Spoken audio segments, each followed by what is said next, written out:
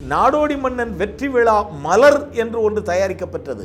அதில் மிகப்பெரிய வேந்தர்களெல்லாம், ஆளுமை சக்தி கொண்டவர்களெல்லாம், டாக்டர் மூவா, பேரறிஞர் அண்ணா, கலைஞர் மு கருணாநிதி, இன்னும் எத்தனையோ பேர் எம்ஜிஆரை பாராட்டி வாழ்த்தி அந்த விழா மலரில் தங்கள் கட்டுரைகளை பதிவு செய்தார்கள். அதில் எம்ஜிஆரும் ஒரு ஆய்வு கட்டுரையை விட்டார். அந்த படத்தை எடுத்துக்கொண்டிருக்கும் போது எம்ஜிஆர் சில காட்சிகளை மாறி மாறி எடுக்க அதை பார்த்து கேலி செய்த பானுமதி அவர்கள், என்ன ராமச்சந்திரா, டைரக்ஷன் வரல, என்ன விட்டுற வேண்டியதானே, இதை வேற யார்ட்டையாவது கொடுக்க வேண்டியதானே, ஏன் ராமச்சந்திரன் எடுத்ததே மாறி மாறி எடுத்துக்கிட்டு இருக்கீங்க? அதற்கு எம்ஜிஆர், பட்டுக்கோட்டையார் இரண்டாவது முறை வருகிறார். எம்ஜிஆர் அந்த காப்பியும் வாங்குறார்.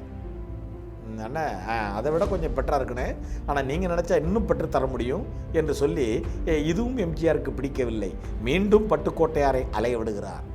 பட்டுக்கோட்டையார் 10வது முறை பட்டுக்கோட்டையார் மீண்டும் அந்த தூங்காதே தம்பி தூங்காதே 10வது முறையாக திருத்திய அந்த பாட்டு காப்பியோடு வர்றாரு. எம்ஜிஆர் பார்க்குறாரு. இந்த படத்தில் ஆணிவேராக இருக்கக்கூடிய மன்னராட்சி போய் மக்களாட்சி வளர வேண்டும்.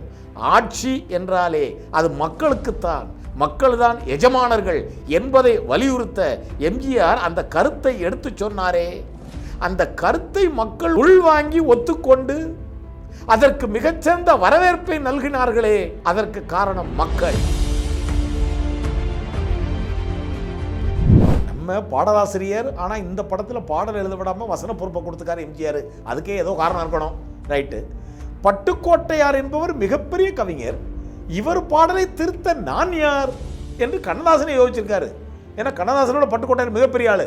அந்த பாடல் காப்பியை அப்படி பார்த்து கண்ணதாசன் பார்க்கிறார். தூங்காதே தம்பி தூங்காதே என்கிற பாடலை படித்து பார்த்துவிட்டு இப்போதுதான் கண்ணதாசன் மெல்ல நகைத்து சிரித்திருக்கிறார். இந்த திரைமொழி சேனலின் அன்புள்ளம் கொண்ட ஆருயிர் நேயர்களே, உங்களை தொடர்ந்து சந்திப்பதில் உங்கள் தோழர் எல்வி ஆதவனாகிய நான் மட்டற்ற மகிழ்ச்சி கொள்கிறேன். மக்கள் திலகம் எம்ஜிஆர், பொன்மனச்செம்மல் எம்ஜிஆர், வாரி வழங்கும் பாரி வள்ளல் எம்ஜிஆர், நல்லவர் எம்ஜிஆர், சின்னவர் எம்ஜிஆர். இந்த எம்ஜிஆரை பற்றி சொல்லும்போது இவர் என்ன படித்து பட்டம் பெற்றவரா? என்ன பட்டம் பெற்றார்? இல்லை ஃபாரின் ரிட்டனா? இல்லை இல்லை. ஆனால் தன் வாழ்க்கையை எப்படி அமைத்து கொண்டார்? பலரும் படிக்க வேண்டிய பல்கலைக்கழகமாக அவரை அமைத்து கொண்டார். அவரை நாம் ஒரு புத்தகமாக அல்ல, எம்ஜிஆரை ஒரு பல்கலைக்கழகமாக நினைத்து படிக்க வேண்டும். படித்து கொண்டிருக்கிறோம், இன்னும் படிப்பார்கள். காரணம் அவரது செயல்பாடுகள். பாருங்க, எம்ஜிஆர் ஒரு மிகப்பெரிய மேதை. மிகப்பெரிய மேதைகளை கூட எப்படி கையாண்டிருக்கிறார் என்பதற்கு ஒரு சம்பவம். அதுதான் இந்த வீடியோவினுடைய நோக்கம். எம்ஜிஆர் 1958 நாடோடி மன்னன் அப்படிங்கக்கூடிய ஒரு படத்தை தயாரித்து இயக்கி ரெட்டை வேடம் தாங்கி வெளியிட்டார். அந்த நாடோடி மன்னன் எம்ஜிஆர் தன்னை நாடோடி என்றே நினைத்து கொண்டு வாழ்வார். ஆனால் அந்த படம் எம்ஜிஆரை மன்னனாக்கியது. ஆனால் அந்த படம் எம்ஜிஆரை மன்னனாக்கியது என்றால் மக்கள் எம்ஜிஆரை மன்னனாக்கினார்கள். மக்கள் எம்ஜிஆரை மன்னனாக்கினார்கள் என்றால் எம்ஜிஆர் மக்களை தன்னுடைய மன்னன் என்று நினைத்தார். அதுதான் காரணம். நாடோடி மன்னன் வெற்றிக்கு யார் காரணம் என்று எம்ஜிஆர் ஒரு ஆய்வு கட்டுரையை எழுதினார். நாடோடி மன்னன் வெற்றி விழாவின் போது நாடோடி மன்னன் வெற்றி விழா மலர் என்று ஒன்று தயாரிக்கப்பட்டது. அதில் மிகப்பெரிய வேந்தர்களெல்லாம், ஆளுமை சக்தி கொண்டவர்களெல்லாம், டாக்டர் மூவா, பேரறிஞர் அண்ணா, கலைஞர் மு கருணாநிதி, இன்னும் எத்தனையோ பேர் எம்ஜிஆரை பாராட்டி வாழ்த்தி அந்த விழா மலரில் தங்கள் கட்டுரைகளை பதிவு செய்தார்கள். அதில் எம்ஜிஆரும் ஒரு ஆய்வு கட்டுரையை விட்டார். எம்ஜிஆர் என்ன ஆய்வு கட்டுரை செய்தார்? நாடோடி மன்னன் வெற்றி பெற்றது, ஆனால் இந்த அளவிற்கு மாபெரும் வெற்றியை நாடோடி மன்னன் தக்க வைத்ததே இதற்கு யார் காரணம் அப்படின்னு எம்ஜிஆர் ஒரு ஆய்வு செய்தார். எம்ஜிஆர் தானே காரணம். எம்ஜிஆர் தானே மனதில் அந்த கருத்தை தேர்ந்தெடுத்து அந்த கஷ்டப்பட்ட காலத்தில் கூட மிக பிரம்மாண்டமாக தயாரித்து நோ காம்ப்ரமைஸ், எந்த காட்சியை எப்படி நினைத்தாரோ அப்படியே எடுத்தார். அந்த படத்தை எடுத்துக்கொண்டிருக்கும் போது எம்ஜிஆர் சில காட்சிகளை மாறி மாறி எடுக்க அதை பார்த்து கேலி செய்த பானுமதி அவர்கள், என்ன ராமச்சந்திரா, டைரக்ஷன் வரலைன்னா விட்டுற வேண்டியதானே, இதை வேற யார்ட்டையாவது கொடுக்க வேண்டியதானே, ஏன் ராமச்சந்திரன் எடுத்ததே மாறி மாறி எடுத்துக்கிட்டு இருக்கீங்க. அதற்கு எம்ஜிஆர் புன்னகையோடு சிரித்து கொள்வாராம். இதற்கு பதில் என்ன? இது மாதிரி எத்தனை பேர் எம்ஜிஆரை கேலி செய்தார்கள். அத்தனை கேலிக்கும் பதில் எம்ஜிஆர் உடனுக்குடன் சொல்லவில்லை. இது ஒரு நாள் வெளிவரும், இது மாபெரும் வெற்றியை தக்க வைக்கும் என்று அவர் நம்பிக்கை வைத்திருக்கிறார். நாடோடி மன்னனின் வெற்றிக்கு யார் காரணம் என்று அவர் திறம்பட சிந்தித்து ஒரு கட்டுரை எழுதியிருந்தார். மிக பிரம்மாண்டமான முறையில் நாடோடி மன்னனை கொடுத்தார். Cameraman G K. ராமு அற்புதமாக ஒளிப்பதிவு செய்திருந்தார். அதில் மிக அற்புதமாக பாடல்களை திரைப்பட பாடல் ஆசிரியர்கள் தீட்டி கொடுத்தார்கள். எல்லா நடிகையரும் மிக நன்றாக நடித்தார்கள். நாடோடி மன்னன் தொழில்நுட்ப கூட்டணியில் உழைப்பில் பஞ்சமில்லை. எஸ்.எம். சுப்பையா நாயுடு இசை எல்லாமே பாராட்டத்தக்கது. இவைகளெல்லாம் பாராட்டத்தக்கதாக அமைந்தால்தானே வெற்றி கிடைக்கும் என்றால் எம்ஜிஆரோடு திரைப்பட தொழில்நுட்ப கூட்டணியும் திரைப்பட நடிகையர்களும் இவர்கள் தானே வெற்றிக்கு காரணம். அவர்களும் இருக்கலாம். ஆனால் எம்ஜிஆர் குறிப்பிட்டது இவற்றையெல்லாம் ஒத்துக்கொண்டு இந்த படத்தில் ஆணிவேராக இருக்கக்கூடிய மன்னராட்சி போய் மக்களாட்சி வளர வேண்டும். ஆட்சி என்றாலே அது மக்களுக்குத்தான், மக்கள் தான் எஜமானர்கள் என்பதை வலியுறுத்த எம்ஜிஆர் அந்த கருத்தை எடுத்து சொன்னாரே, அந்த கருத்தை மக்கள் உள்வாங்கி ஒத்துக்கொண்டு அதற்கு மிகச்சிறந்த வரவேற்பை நல்கினார்களே, அதற்கு காரணம் மக்கள். எப்போதும் எம்ஜிஆர் மக்களை நேசித்ததால் மக்களும் எம்ஜிஆரே நேசித்தார்கள். ஏதாவது ஒரு படத்தை கொடுத்து அந்த படம் தோத்துருச்சுன்னா உடனே சில பேர் சொல்லுவாங்க, மக்கள் மடையர்கள், மக்கள் கூமுட்ட, என் கருத்துக்களை அவங்களுக்கு ஏற்றுக்கிட தெரியல, என் கருத்துக்களை அவங்களுக்கு ரசிக்க தெரியல என்று சொல்வார்கள். இவங்கெல்லாம் எதை மறந்துடுறாங்கன்னா, இவங்கெல்லாம் இன்றைக்கு பெயர் வாங்கிய இயக்குநர்களாக நடிகர்களாக இருக்கிறார்களே, இவர்களுக்கு இந்த பெயரை வாங்கி கொடுத்ததே இந்த மக்கள் தானே. அப்போ இதற்கு முன்னதாக நீங்கள் கொடுத்த படம் மக்களுக்கு பிடித்திருக்கிறது, அப்போ மக்கள் அறிவாளிகள். இந்த படம் ஓடலைங்கிறதுக்காக மக்கள் முட்டாளா? பொது வாழ்வில், கலைத்துறையில், அரசியலில் மக்களை முட்டாள் என்று நினைத்துவிட்டால் நினைத்தவனே முட்டாள் என்று பல முறை அறுதியிட்டு மெய்ப்பிக்கப்பட்டிருக்கிறது என்பதை மறந்துவிடக்கூடாது. வரலாற்றை புரட்டி பார்த்தால் தெரியும். சினிமாவாக இருந்தாலும் அரசியலாக இருந்தாலும் எப்போது நல்லவற்றை ஏற்க வேண்டும் என்று அவர்களுக்கு தீர்மானிக்க தெரியும் என்பதை உணர்ந்த எம்ஜிஆர் பாமரர்களும் ரசிக்கும் வண்ணம் அந்த நாடோடி மன்னனை கொடுத்தார். இந்த படத்தில் எத்தனை பாடலாசிரியர்கள்! பட்டுக்கோட்டை கல்யாண சுந்தரம் பாட்டில் இருக்காரு, ஆத்மநாதன் பாட்டில் இருக்காரு, லக்குமணதாஸ் பாட்டில் இருக்காரு, இப்படி எத்தனை பேர் பாட்டில் இருக்காங்க. கிட்டத்தட்ட திரைப்பட பாடலாசிரியர்கள் கூட்டமே அங்கே இருக்கிறது. ஆனால் திரைப்பட பாடலாசிரியரான கண்ணதாசன் அந்த படத்தில் பாடல் எழுதவில்லை. அவர்தான் நாடோடி மன்னனுக்கு வசன கருத்தார். பட்டுக்கோட்டையார் தூங்காதே தம்பி தூங்காதே என்கின்ற பாடலை எம்ஜிஆருக்கு எழுதி தருகிறார். எம்ஜிஆர் தயாரிப்பாளர், இயக்குனர், ஹீரோ, இரட்டை வேடம், இத்தனை பொறுப்புகளையும் தாங்கி எம்ஜிஆர் பிக்சர்ஸுடைய நிறுவனர், டைரக்டருங்க கூடிய முறையில் பட்டுக்கோட்டையார் அந்த பாட்டை வாங்குகிறாரு. தடவை பட்டுக்கோட்டையார் எம்ஜிஆரை நோக்கி அலைகிறார், பாட்டு காப்பியை கொடுக்கிறார்.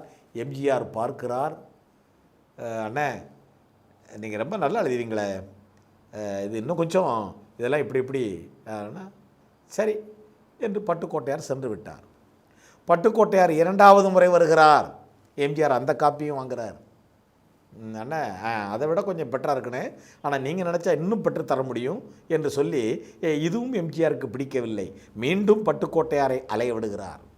பட்டுக்கோட்டையார் 3வது முறை, 4வது முறை, 7வது முறை, 9வது முறை, 10வது முறை பட்டுக்கோட்டையார் மீண்டும் அந்த தூங்காதே தம்பி தூங்காதே 10வது முறையாக திருத்திய அந்த பாட்டு காப்பியோடு வர்றாரு. எம்ஜிஆர் பார்க்குறாரு, அண்ணா சூப்பர்ண்ணே, நீங்கள் இப்படி எழுதக்கூடிய ஆள்னே, அண்ணே நீங்கள் கூட முதல் தடவையிலேருந்து இப்போ உங்களுக்கு 10 தடவை அலைய விட்டுருக்கேன் என்று அலைய விட்டு விட்டேனே என்று தப்பாக நினைத்திருக்கலாம். 1வது காப்பி, அதுக்கு பிறகு 2வது காப்பியினுடைய முன்னேற்றம், 3வது காப்பியினுடைய முன்னேற்றம், இப்படி 10வது காப்பியினுடைய இறுதி வடிவம் எம்ஜிஆர் அப்படி எடுத்து காமிச்சிருக்காரு. பட்டுக்கோட்டை அசந்துட்டாராம். அடப்படுவாவி, ஏற்கனவே நான் கொடுத்த 9 காப்பிகளை தூர போடாமல் இவ்வளவு பத்திரமா வச்சிருக்கிறாரே. அப்போ எம்ஜிஆருடைய அந்த புத்தி கூர்மை என்ன? ஒவ்வொரு ஸ்டெப்லையும் அந்த தூங்காதே தம்பி தூங்காதே அதனுடைய டெவலப்மெண்ட்டை நம்ம இதை ரசித்தாலே அதுவே ஒரு பெரிய காவியம். இதைவிட எம்ஜிஆர் ஒரு சிறந்த மாமனிதர் என்பதற்கு இன்னொரு எடுத்துக்காட்டு. இந்த 10 முறை அலைந்தார் அல்லவா பட்டுக்கோட்டையார். ஒரு முறை வந்து அந்த பாட்டை கொடுத்துட்டா அந்த காலத்தில் 100 ரூபான்னு வச்சுக்கோங்க. இப்போ இந்த 10 முறைக்கும் எம்ஜிஆர் 1000 ரூபாய் கொடுத்துருக்கிறார். 1958 இந்த ப்ரொடக்ஷன் நடந்துக்கிட்டு இருக்கும்போது, கிட்டத்தட்ட 57 கூட ப்ரொடக்ஷன் நடந்துக்கிட்டு இருக்கும் இல்லையா, அப்போ 1000 ரூபாய் என்றால் எவ்வளவு என்று நினைத்து பாருங்கள். பட்டுக்கோட்டையார் அதை கையில் வாங்கி கொண்டு MGR is a very good pay master என்று சொல்லியிருக்கிறார். இப்போ கண்ணதாசன் வரார். கண்ணதாசன் தான் நாடோடி மன்னன் படத்திற்கு வசனகர்த்தா. இப்போ கண்ணதாசன் கிட்ட எம்ஜிஆர் சொல்கிறாரு, பட்டுக்கோட்டையார் ஒரு பாட்டு எழுதி கொடுத்துருக்காரு, கண்ணதாசன் அவர்களே இந்த பாடலை நீங்கள் கொஞ்சம் திருத்தி கொடுங்க. 10 முறை எம்ஜிஆர் திருத்தி கொடுத்த பாடல் பட்டுக்கோட்டையார் எழுதினது ஃபைனல் ஆயிடுச்சு. ஆனாலும் கண்ணதாசன்ட்ட ஒரு வார்த்தை எம்ஜிஆர் அந்த பாட்டு காப்பியை கொடுத்துட்டு இதில் வேற ஏதாவது தப்பு தவறு இருந்தால் இதை திருத்தி வைங்க இந்த வாரண்ட்டு எம்ஜிஆர் போயிடுறாரு. கண்ணதாசன் எம்ஜிஆர் கொடுத்த பட்டுக்கோட்டையாரனுடைய பாடல் காப்பி அதை கையில் வாங்கிக்கிட்டு தூங்காதே தம்பி தூங்காதே அந்த பாட்டு இதை கையில் வாங்கிக்கிட்டு கண்ணதாசன் யோசிக்கிறார், நம்ம வசனகர்த்தா, நம்ம பாடலாசிரியர், ஆனால் இந்த படத்தில் பாடல் எழுத விடாமல் வசன பொறுப்பை கொடுத்துக்காரு எம்ஜிஆர், அதுக்கே ஏதோ காரணம் இருக்கணும். ரைட்டு. பட்டுக்கோட்டையார் என்பவர் மிகப்பெரிய கவிஞர், இவர் பாடலை திருத்த நான் யார் என்று கண்ணதாசனை யோசிச்சிருக்காரு. ஏன்னா கண்ணதாசனோட பட்டுக்கோட்டையார் மிகப்பெரிய ஆள். பிறகு அந்த பாடல் காப்பியை அப்படி பார்த்து கண்ணதாசன் பார்க்கிறார். தூங்காதே தம்பி தூங்காதே என்கிற பாடலை படித்து பார்த்துவிட்டு இப்போதுதான் கண்ணதாசன் மெல்ல நகைத்து சிரித்திருக்கிறார். எம்ஜிஆர் மிகப்பெரிய புத்திசாலி. பட்டுக்கோட்டையாரினுடைய பாடலை திருத்தி கொடுங்கள் என்று சொன்னாரே ஒழிய அவருக்கும் தெரியும் பட்டுக்கோட்டையாரினுடைய பாடலை திருத்த கண்ணதாசன் யார், இது எம்ஜிஆருக்கு தெரியும். ஆனாலும் ஏன் திருத்துங்கன்னு சொல்லி கொடுத்தாருன்னு சொன்னா, பட்டுக்கோட்டையாரின் பாடலை திருத்து கண்ணதாசா என்று எம்ஜிஆர் சொல்லவில்லை, பட்டுக்கோட்டையாரின் பாடலை படித்து பார்த்து திருந்து கண்ணதாசா என்று சொல்லியிருக்கிறார் என்று கண்ணதாசனுக்கு புரிகிறது. ஏன்னா கண்ணதாசன் என்பவர் எப்போதுமே டயத்துக்கு வரமாட்டார், பங்க்சுவாலிட்டியெல்லாம் பார்க்க மாட்டார். ஒரு உண்மை என்னென்னா கண்ணதாசன் கிடைக்கிற நேரம்தான் நமக்கு நல்ல நேரம். ஏன்னா கண்ணதாசன்ங்கிறவர் எப்படிப்பட்டனா கேரக்டர், மனசில் எந்த வஞ்சமும் சூதும் காழ்ப்புணர்ச்சி இருக்காது. அவர் ஒரு குழந்தை, அவர் ஒரு ஞானி, அவர் ஒரு சுதந்திரமான மனிதன், அவர் மிகப்பெரிய அறிவாளி, ஜீனியஸ். அவர் இந்த நேரத்துக்கு போகக்கூடாது, இவனுக்கு டயத்துக்கு எழுதி தரக்கூடாது அப்படின்லாம் நினைக்க மாட்டார். அவருடைய போக்கு அப்படி. ஆனாலும் எம்ஜிஆருக்கு இது முதல் தயாரிப்பு, பிரம்மாண்டமான பொருள் செலவு, இதில் எதையும் காலாகாலத்தில் எழுதி கொடுத்தா தான் எம்ஜிஆர் படமாக்குவதற்கு வசதியாக இருக்கும், பட்ஜெட்டுக்கு ப்ராப்ளம் வராது என்று உணர்ந்த எம்ஜிஆர் கண்ணதாசன் இப்படி டயத்துக்கு வந்து தரமாட்டார், எப்படியும் கால நேரத்தை இழுக்கடித்து லேட் பண்ணுவார். இந்த படத்தில் அப்படி லேட் பண்ணிடாத கண்ணதாசா, பட்டுக்கோட்டையாரினுடைய பாட்டை பார்த்து நீ திருந்து எனக்கு சீக்கிரம் எழுதி கொடு கண்ணதாசா என்று சொல்லாமல் சொல்லிவிட்டு எம்ஜிஆர் பட்டுக்கோட்டையாரின் பாடலை நமது கையில் கொடுத்து விட்டு சென்றிருக்கிறார் என்பதை உணர்ந்த கண்ணதாசன் மெல்ல நகை புரிந்திருக்கிறார், குறுநகை புரிந்திருக்கிறார், உணர்ந்திருக்கிறார். ஆக எம்ஜிஆர் பட்டுக்கோட்டையார் என்கின்ற மேதையோடு எப்படி பழக வேண்டும், அவரை எப்படி டீல் பண்ணணும், கவியரசர் கண்ணதாசன் என்கின்ற மேதையோடு எப்படி பழகணும், அவரை எப்படி டீல் பண்ணணும், எம்ஜிஆருக்கு அந்த இங்கிதமெல்லாம் தெரியும். எம்ஜிஆருக்கு சங்கீதமும் நல்லா தெரியும், எம்ஜிஆருக்கு இங்கிதமும் நல்லா தெரியும். என்னுடைய குருநாதர் இந்த தோழர் எல்வி ஆதவனினுடைய குருநாதர் மெல்லிசை மாமன்னர் MS விஸ்வநாதன் அடிக்கடி சொல்வது போல, அடியேனுக்கு சங்கீதமும் கொஞ்சம் தெரியும், இங்கிதமும் கொஞ்சம் தெரியும் என்று சொல்வது போல எம்ஜிஆரின் வாழ்க்கையிலிருந்து இத்தனை கீதங்களையும் சங்கீதம் இங்கீதம் என்பதை விட சங்கீதம் இங்கீதம் என்கின்ற இத்தனை கீதங்களையும் எம்ஜிஆர் வாழ்க்கையில் புரிந்து கொண்டால் நமது வாழ்க்கையும் ஒரு கீதமாகும். எப்படி இருக்கிறது இந்த இன்பத் தகவல்? இந்த இன்பத் தகவலை நாம் ரசித்தால் மட்டும் போதுமா? நாம் உணர்ந்த இந்த இன்பத்தை வையகம் உணர வேண்டாமா? அதனால் திரைமொழி சேனல் அன்புள்ளம் கொண்ட நேயர்களே, இந்த தகவலை சப்ஸ்கிரைப் பண்ணுங்கள், ஷேர் பண்ணுங்கள், லைக் பண்ணுங்கள். உங்கள் தோழர் எல்வி ஆதவன்.